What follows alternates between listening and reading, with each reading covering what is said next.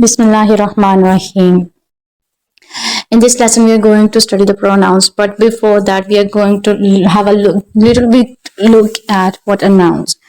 Nouns, we will discuss them about in detail later, but for now, I just simply define the noun as the simply a thing, name of anything, any place, any animal, any human being, or anything else. The name, so any name that is noun to be as a noun, and in Arabic we use it as ism. Now what are the names which replace the noun, right? For example, I have been saying Ali is a good boy. He speaks the truth. Now, instead of saying Ali again, in the second sentence, I have used he, which is a pronoun. So, I hope so you have got the meaning of pronouns. Now, what are the pronouns in Arabic? They are so vast, they're so beautiful that you're going to definitely love them.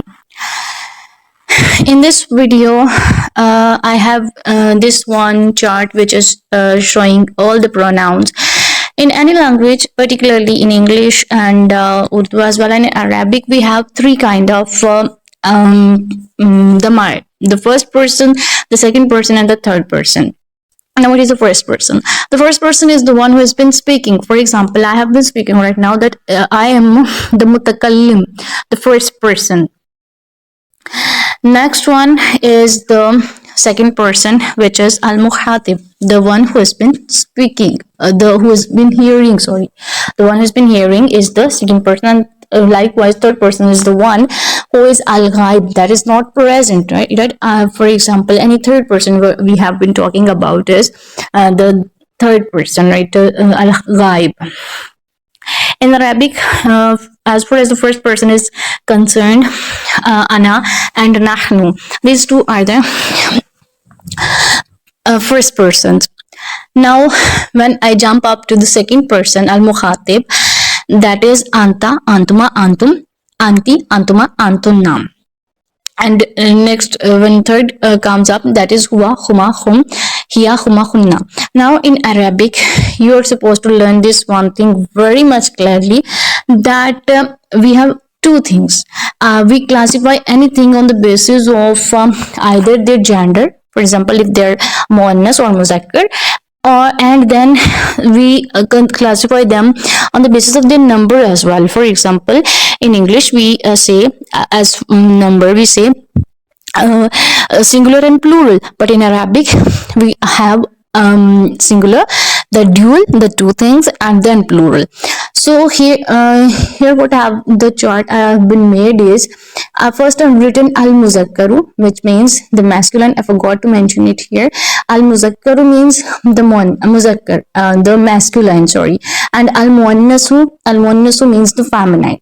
Now, for third person, al-muzakkaru is huwa, he, right? Huma means two men, right? He, man. For of course, huma means two men, and hum means more than two men.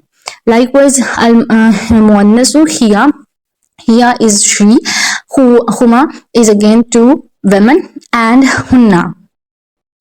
Next is anta, antuma, antum. Now I have al-muzakkaru. These are the muzakkar, masculine ones. Anta means you, antuma means two of you, and antum means all of you, or more than two, for more than two people.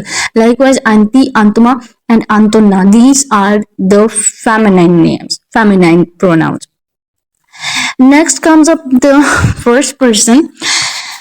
For first person, we have ana and nahnu.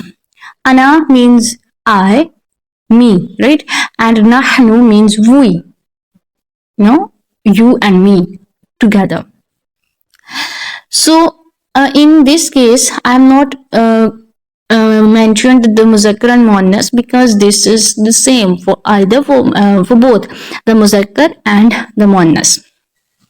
Ana means me and nahnu means we. in either case, either if you are talking about a female or a male alpha, have to memorize these pronouns. We are going to study verbs, which is the main thing in Arabic language. You know, most of the Arabic language is based on verbs. We are going to study verbs, and for that purpose you have to memorize these. I am going in next part of this video, I'm going to put a finger map, which is going to definitely help you, and that is just such a fun way that you're going to memorize them very easily and forever in life. So I recommend you watching the entire video so that you may easily understand each and everything. If you see, now this is a hand model in order to show what can you do in order to memorize the mic. This is such a fun way that you are going to definitely enjoy it. You're supposed to start from this small finger, and you will start reading hua, huma, and hua, huma, hum, right? Hua, huma, and hum. These three parts of your finger will, first one will be hua, then huma, and hum.